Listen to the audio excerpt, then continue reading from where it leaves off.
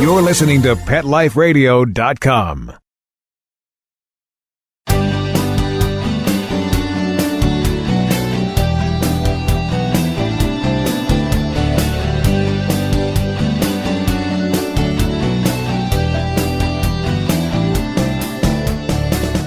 Welcome to Max A. Pooch's Awesome Animal Advocates on Pet Life Radio. I'm your host, Keith Sanderson, animal advocate, writer, and human companion to Max A. Pooch, canine crusader for animals and the environment. Max and I thank you for joining us, and we dedicate this episode, as we dedicate every episode, to those amazing people who work to save the lives and/or improve conditions of companion, domestic, or wild animals. More than a decade ago, today's guest, Jane Hoffman, a co-founder and the president of the Mayor's Alliance for New York City's Animals, had a prosperous future as an attorney for a leading international law firm. Despite that promising and lucrative future, she made a career-changing decision. Jane will share with us why she made her career-changing decision, what the scope and mission of the Mayor's Alliance for New York City's Animals are, and more. However, before we meet Jane, we need to take a break for messages from our sponsors. We'll be right back. We'll be right back, right after these messages. Stay tuned. Every pet is unique. Maybe they're gray in the muzzle, yet young at heart. Maybe they're growing out of the puppy stage and into their paws and ears. Or maybe they're just trying to maintain a more girlish figure. At PetSmart, we have the right food for your pet at a great value for you. PetSmart. Be better together.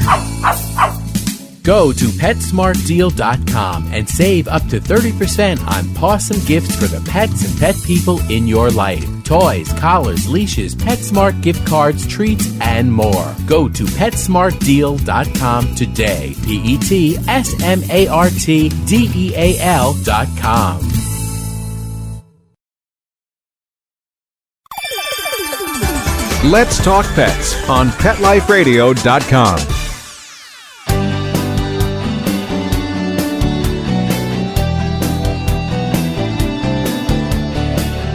Welcome back to Max A. Pooch's Awesome Animal Advocates. I'm your host, Keith Sanderson, and our guest today is Jane Hoffman, president of the Mayor's Alliance for New York City's Animals. Welcome, Jane. Thank you for joining us today. Keith, thanks for having me. It's a real pleasure. You know, I was doing the research, and I've seen all the work you've been doing. I just have a million questions, and I'm sure our audience is going to be interested. But first of all, as I said in your intro, over a decade ago, you were a successful attorney. What caused you to leave that behind you and become a national advocate for the humane treatment of animals? Well, it all started basically with my being one of the founding members of the New York City Bar Association Animal Law Committee.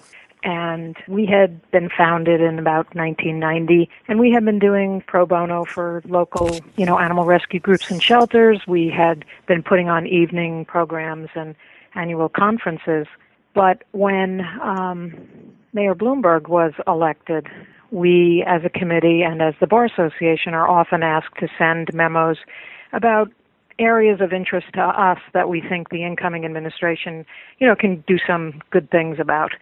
So we wrote a memo, that was back in 2001 now, and to his incoming transition team. And we had proposed that everybody knew that animal care and control was a little bit of a mess, and the ASPCA several years before had given up the contract, and the city had set up their own not-for-profit to provide animal control services, and it wasn't going all that well.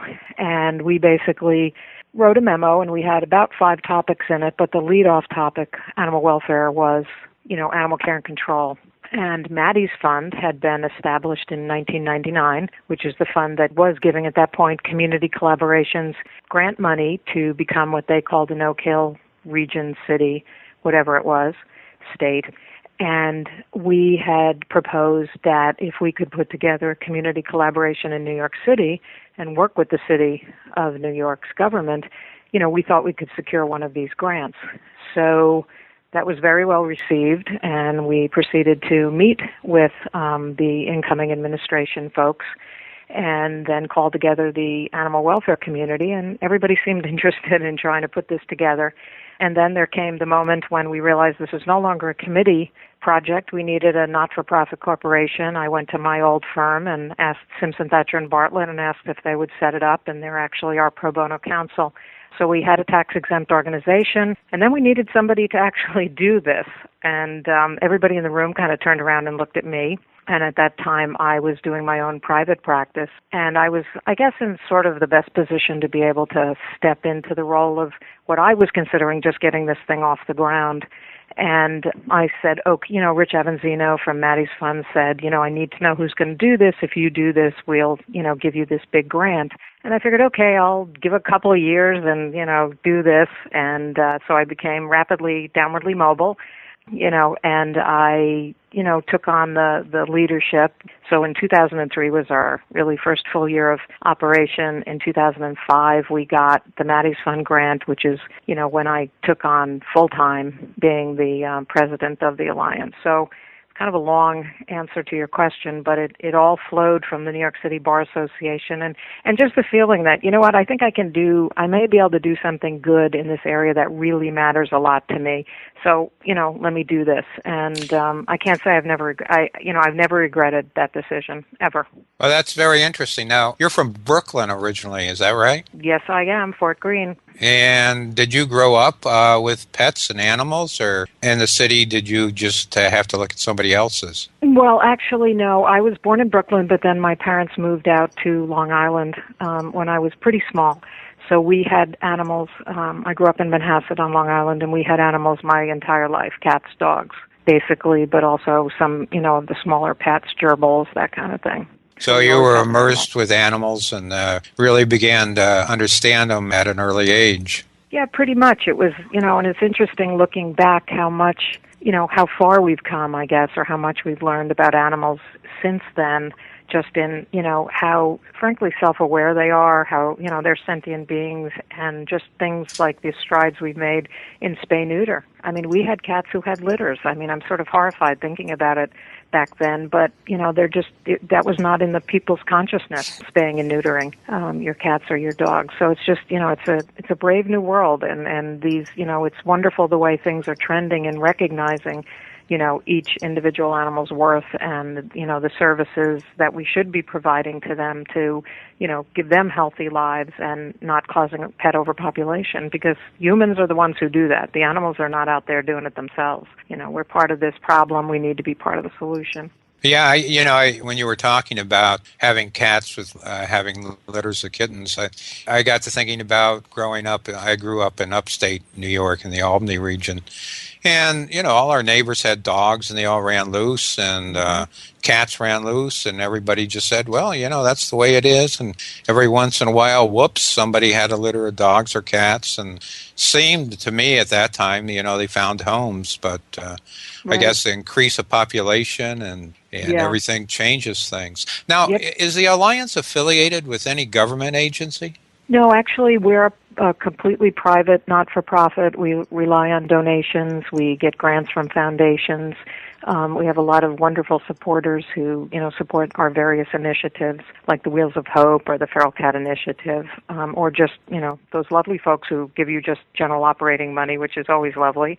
But we chose that title, the Mayor's Alliance, really just to identify that we were going to be working really closely with the city government. And I always think of it more as the President's Council on Physical Fitness, which is not really associated with any president in particular. It's really more the office, and it was just to indicate the close working relationship we expected to have. We have never gotten any money from the city government. We just set up a working relationship. It was a document called a Memorandum of Understanding, setting forth, who we were, what they were, what we were going to be doing, and setting up the relationship with the not-for-profit Animal Care and Control of New York City, which was the city sort of created not-for-profit that, with a contract through the Department of Health, provides animal control services in the city of New York. So we're not the mayor's office. We're not a city agency.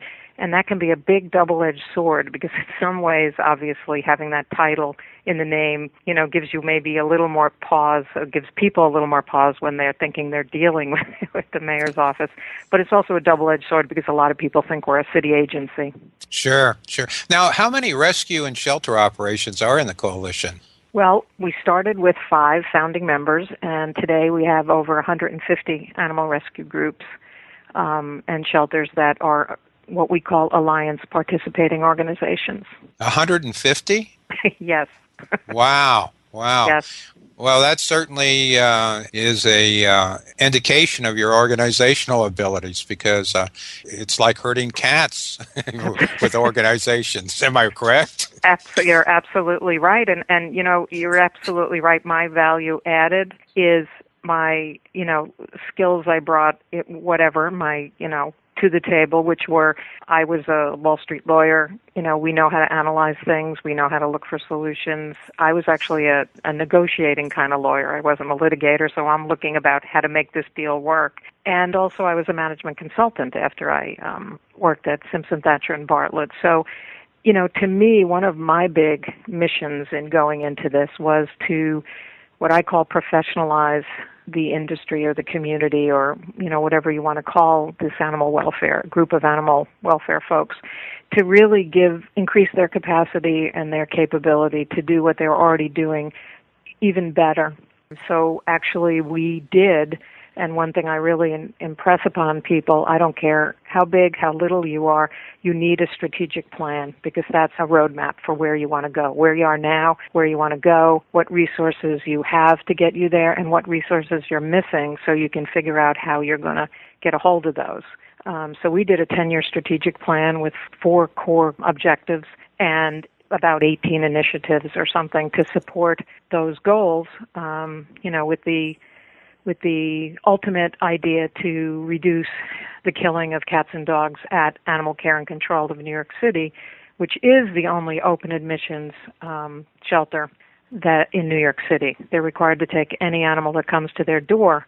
So we focused our attention on where the animals at risk were and basically curated what was a very large marketing and distribution network in my mind, which was giving grants so that they, at Animal Care and Control, could hire staff to man, or person, I should say, a department called the New Hope Department, which is the department that works with the animal rescue groups and shelters that are partnered with them. They're called New Hope Partners. And it was basically, my thought was if you don't have a marketing department, you can't sell anything. So, this department works with them through emails, through phone calls, and getting the word out about the animals at risk that they would like their partner groups to come and help them, take them so that they can be marketed to a larger audience to find great new homes for them. And the distribution part of it, in my mind, was our program called the Wheels of Hope, because many of these groups, the majority of them, are volunteer and work full-time jobs. So that would, clog up the distribution of these animals to these groups if they had to wait for the weekend when these folks were, not working at their paying jobs, but were following their heart and doing this great work, helping saving these animals. So we have a little fleet of 6 customized cargo vans that transport the animals from ACC to the partner groups, either another brick-and-mortar shelter, or if it's a foster-based group, to foster homes, to vets, to kennels. And it, supports a lot of other things like bringing traps to the feral cat folks to do TNR, bringing, animals to be spayed and neutered, bringing animals to events. But basically that was, that's what my value added, I thought, was let me bring this to this community and put together this plan and see if we can, save a lot of animals. And I think we've been pretty successful at that so far. Well, that makes a lot of sense because my experience not only in animal advocacy, but I was also director of communication for another not-for-profit in a different space. Mm-hmm. And there's a lot of times squabbling and arguing over little differences rather than uniting, over the big cause. Mm-hmm. And to have someone to say, hey, let's get together and this is what we need to do, mm-hmm. I think can really bring out the synergy that, so the sum becomes greater than the parts. Is that exactly. right? Yeah, exactly. I mean, it's like it's creating infrastructure, and it's creating process and procedure about how you're going to communicate with each other, because once it sort of becomes business, I mean, there's a reason business does things a certain way. It's because it works. And, so we created these email lists of all of the partner groups so that the New Hope department at Animal Care and Control knew how to communicate, could get in touch with, have all the contact information for the groups, have the groups have all the contact information for the New Hope departments in each of the 3 shelters we have that Animal Care and Control have. So it was, sometimes it's just the really simple, non-sexy things. You're not talking about big concepts like collaboration or, you're not all sitting around in a circle singing Kumbaya together. You're just if there's a way to speak to each other and this is the way we do it, and this is the way we request transport, then there's less opportunities for friction because this is the way we do this to do what we all want to accomplish. It's just we have not known how to speak to each other in the past. Well, that's great. Jane, we're going to need to take a break. And when we return, you can share with us one of the major goals of the Alliance and what makes you believe it can be met. We'll be right back, right after these messages. Stay tuned. I'm not much of a reader, but I do wish I were more well-read. There are so many great books coming out. I wish I could find a way to keep up. Audible.com makes it easy to stay well informed and catch up on your reading simply by listening. Audiobooks from Audible turn downtime into uptime. You'll be more productive and become well read. Now I'm able to catch up on all the great books I've been wanting to read. With Audible, I feel smarter. Pet Life Radio listeners, try Audible.com now and get your first 30 days of Audible Listener Gold membership plan free. And get a free audiobook. Choose from over 100,000 titles. To get this great deal, go to audibledeals.com. That's audibledeals.com. Dyson. The new Dyson Animal Vacs are powerful bagless upright vacuums for homes with pets. Air muscle and radio root cyclone technology generates the strongest suction power to powerfully remove dust, dirt, and pet hair from the home or car. To order your Dyson Animal Vac, go to DysonDeals.com. DysonDeals.com to order your Dyson Animal Vac today. Dyson. Music to your ears. Hi, I'm Dr. Jeff Werber from Ask the Vets with Dr. Jeff here on Pet Life Radio. We want to hear from you. Listen in. We're on every Thursday, 1 o'clock Pacific Time, 4 o'clock Eastern Time here on PetLifeRadio.com. We are one of the only live shows on Pet Life Radio, and I'm here to answer your questions. So you can call in at 877-385-8882, or you can drop me an email to drjeff@PetLifeRadio.com, and hopefully we'll see you here on Thursdays. Let's talk pets. Let's talk pets On Pet Life Radio. Pet Life Radio. PetLifeRadio.com.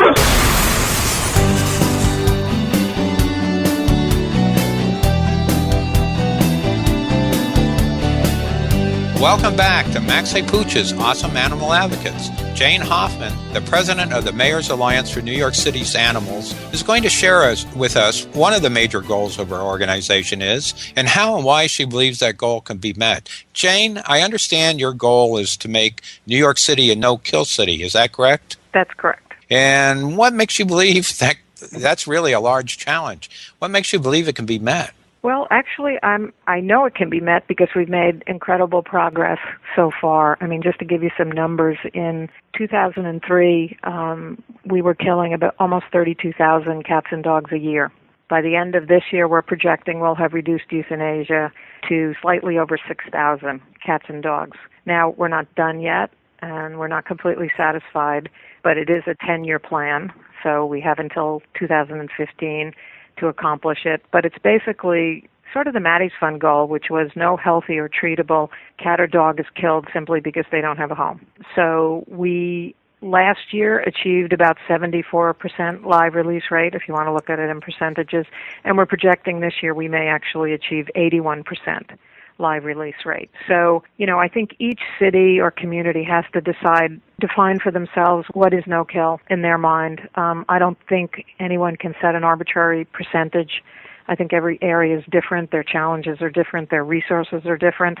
I think we're getting very close to what we may be, what New York may decide is what they can do, which is basically that the only animals that are dying in our shelter are because they are too injured or too sick or, frankly, too dangerous to put back out into the community. There's very few animals, actually, dogs that, get a safer assessment, which is what the method of assessing a dog's behavior while in the shelter, to just give the groups more information about, this dog needs behavior modification in this area. Are you capable of doing that? And by the way, this might not be a dog you want to put into a home with a small child because they do have some food guarding, issues, that kind of thing. But, just so that the animals that are truly dying are being euthanized in the true meaning of the word, not killed simply because we don't have space for them or anything like that. Yeah, we're on our way. We're on our way. Well, that's great. By what you said, I can see why the Wheels, and I don't recall the full name of it. Hope. Wheels of Hope is so important because that's taking the animals from New York to other areas, perhaps, where people can adopt them. Yeah, it goes to our groups, the partner groups who have pulled the animals, and that can be, Bobby and the Strays in Queens. It can be some of our breed rescue groups. A lot of them are based outside the city. Their foster homes may be outside the city, so they'll go to a foster home outside the city kind of thing. But, yeah, that's absolutely crucial because, we need to get them out as quickly as possible, both to make space for the animals that are always coming in, but also, the less time they stay in a shelter, the less likely they're there to get sick. So that is the single key initiative in my mind in many ways. There's three things we do. There's the Wheels of Hope, which I think is a crucial initiative. There's the Feral Cat Initiative, which really promotes TNR. And then there's our mega adoption events. And we have one coming up in December called Whiskers in Wonderland, which is for cats. Yeah, it's for cats and rabbits. And every now and then there's an iguana.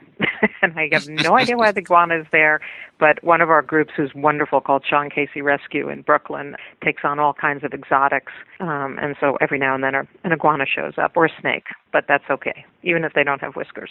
Well, they just lost them and haven't had a chance to grow them back yet. Exactly.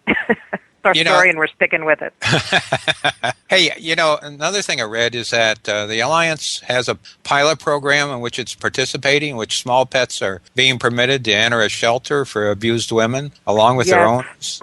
Yes, we're very excited about that. We have this program called Helping Pets and People in Crisis, and we've had a social worker who's been working with us, Jenny Coffey, on that for many, many years. And this was a breakthrough moment for us when an organization called Urban Resource Institute, which is one of the largest providers of beds, and they have 3 domestic violence shelters.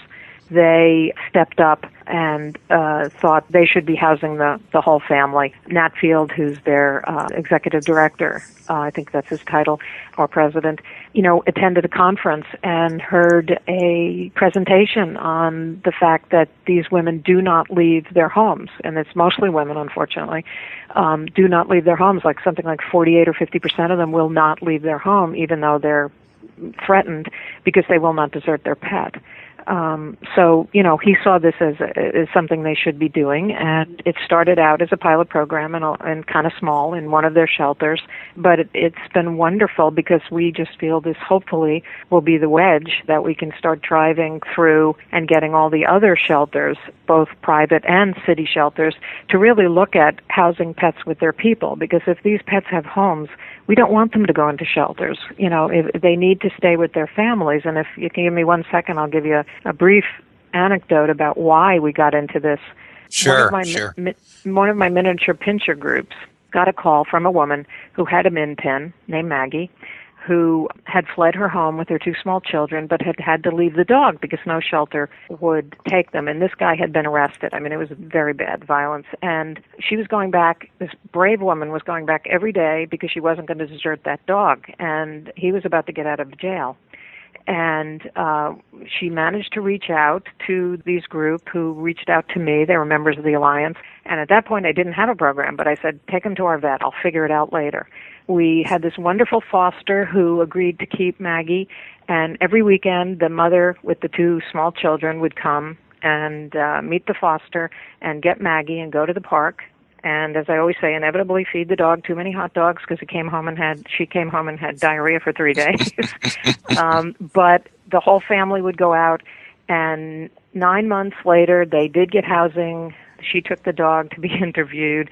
They all got, rehomed together. And the woman told us that the only thing that had kept her children sort of centered and able to cope with being in a shelter was the fact that they got to see Maggie every weekend, and they knew they would get their pet back. Now, can you imagine how much more therapeutic it would have been for these children if that dog, Maggie, had been able to stay with them? So that was sort of the beginning of me evolving this, seeing a need and hoping we could, work with city agencies and social service agencies to accept this on a much broader basis. So thank God for the Urban Resource Institute, who has stepped up and has done this for small cats and small mammals and birds, and is looking to open it up to dogs early next year. Well, that's great, because you're certainly right. That bond is there. And typically, if a spouse is being abused, the abuser is probably kicking that dog or cat or animal also. And if you're attached, that's the last thing you want to say. And I imagine many times that pet is an anchor to the wife or the children, and helps with the stability in life. And Can you describe some other successes of the Alliance? Well, I mentioned the Wheels of Hope, which we consider, a huge success. We transferred about 16,000 animals last year to their second chances, as we call it. The other big successes are, frankly, these mega adoptions we do, our Adopt-A-Paloozas and our Whiskers in Wonderland, and we just were fortunate enough to do a Maddie's Pet Adoption Day in June, which was adoption fee waived adoptions, and we adopted about 3,000 animals in connection with that event. 3,000. Yes. And how many days was that? Was that one day? No. Well, it culminated in two huge adoption events on a weekend in New York City. But it was really adoptions done by the groups for the month preceding that. So it was very, very exciting for us. But those big groups do a number of things. I think they and when we started them early on, it was, several purposes. Number one, the obvious one, to try to, get animals adopted. But it was also to bring the groups together so that they could see the other groups and see they didn't have, horns, tail, and cloven hoofs, and their animals were great animals too. And, so it was the beginning of bringing the community together. And now it's just so these folks can see each other, on a social basis almost during these events.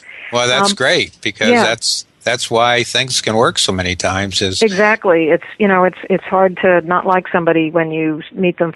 You hear things, and the internet is such a double-edged sword. And I always think, ma'am, take your hands off the keyboard, step back, and nobody will get hurt, because on the internet people get crazy. But when you see these folks face to face, and you see the animals, and you're all at this big fun event, it changes things. And the other reason was just to teach people how to market themselves. When we were starting, we had many groups that they had a name, but they didn't. I said, guys, we're going to give you a little grant, get a 10 by 10 green market tent, get a banner, get T-shirts, start marketing yourselves and start looking good, because, whether we like it or not, to a certain extent, pets are a consumer product, and we need to have our animals presented in the best way possible to help get them, new homes. The better you look, the better your animals are going to look. Right. You need to educate all those people who may not think of going to a shelter because they've heard bad things about animals being from shelters, thinking that they're somehow inferior. Right. And that's certainly true.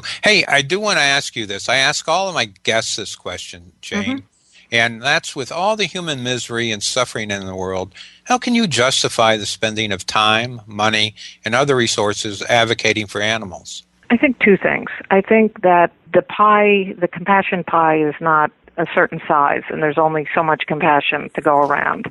I do think that when you help the most vulnerable among us, which frankly many times are children and animals, it just expands the compassion circle, and I think that's good for everyone. I think that, the better question is to people who frankly don't do anything for anybody else, either animal or people. So that always strikes me as odd, because it's like, if you have a passion for working for children with autism or for cancer or for something, I applaud you. Go do it. If that's what your passion is, but you can't force a passion on someone. And if people have a feeling of compassion and wanting to help, then I'm not going to discourage that. Whether I agree with that, who am I to tell you what you should be doing with your charitable dollars, what you should be doing with your time, how you should be spending, what you should be expending energy on. So to me, I don't even understand that question when people ask me that, because it's like, the more love and compassion and effort to help an other is out there, I think the better it makes all of us, and it makes for a more civilized and humane community, I think. Well, that's a great answer. And before I forget, is there a website I could go to if I wanted to make a donation or volunteer or become more involved? Yeah, that would be great. I mean, our mantra is, adopt, donate, volunteer. So if you want to do any of those, please go to animalalliancenyc.org. Or you can just Google Mayor's Alliance for NYC's animals, and you'll get to us as well. Okay. And this has been fun and interesting, and unfortunately, we've run out of time. And I must say, you're one of Max A. Pooch's favorite animal advocates, and he gives you 5 big tail-wagging wolves. Well, paws up to him, too. And we thank you for being with us, but Max asked me to ask you one more thing. Sure. And you had been talking about the Feral Cat program. Would you or a representative of the Mayor's Alliance come back sometime, maybe if January or February, and talk about that program? We would love to. We'll be there with bells on. You just tell us when, and we'll be there. Okay, well, that's great. And thank you again, Jane, for being with us. Well, thank you again. It's been real fun. We want to thank you, our listeners, for spending your valuable time with us. You're all fantastic, and we hope you tell your friends about awesome animal advocates. And a special thanks to Mark Winter, co-founder and executive producer of Pet Life Radio, and our sponsors for making this episode of Max A. Pooch's Awesome Animal Advocates possible. I'm Keith Sanderson, host and creator of Max A. Pooch's Awesome Animal Advocates, saying thank you to all those animal advocates who work so hard on behalf of those who can't speak for themselves. Max A. Pooch gives them 5 big tail-wagging woofs. Let's Talk Pets, every week on demand, only on PetLifeRadio.com.